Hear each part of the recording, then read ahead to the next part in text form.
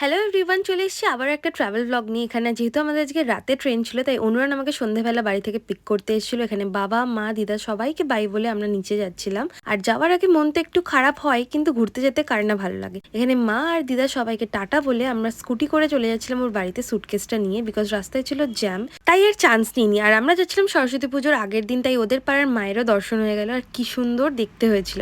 গিয়ে তো অনুরান লেট করবে না, এটা হতেই পারে না। তার মধ্যে আমাদের গাড়িও এসে গেছিলো, এত রাশ ছিল যে কি বলবো। তাড়াহুড়ো করে গাড়িতে উঠে আমরা পৌঁছে গেছিলাম হাওড়া স্টেশন। এখানে আঙ্কেল আন্টি আমরা সবাই ওয়েট করছিলাম বাবুদাদের জন্য।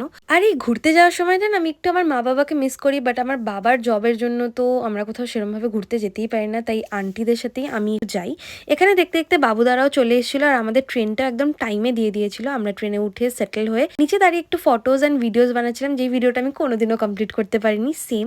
আর এখানে বাবুদার মেয়ে তো নিজের মতন একটা ছোট্ট পুচকিকে খুঁজে নিয়েছিল। ওদের দুজনের এত ভালো বন্ধুত্ব হয়ে গেছিল যে সকালে উঠে রাতে শোয়ার আগে দুজনকে মিট না করলে ঘুমাচ্ছিলই না। এখানে তো অনুরান আমাকে আমার বিছানাটা করেই দিয়েছিল, দিয়ে আমরা সবাই ঘুমিয়ে পড়েছিলাম। আর ঘুম থেকে উঠে তো দেখি সবাই আগে উঠেই পড়েছে, আমি একটু লেটে উঠেছিলাম। তারপরে চলছিল পুচকিটাকে খাওয়ানোর প্রচেষ্টা, তার মধ্যে আমিও লাগিয়ে নিচ্ছিলাম আমার নেলস গুলো, বিকজ আমি কোনো নেল পলিশ লাগিয়ে আসিনি। আর আমারও পরে ঘুম থেকে উঠেছিল অনুরান। আর এই ট্রেন জার্নিটা না খুবই টায়ারিং ছিল, কারণ প্রায় 12 ঘন্টা ট্রেন জার্নি ছিল। আর আমি ফার্স্ট টাইম এতক্ষণে ট্রেন জার্নি করলাম।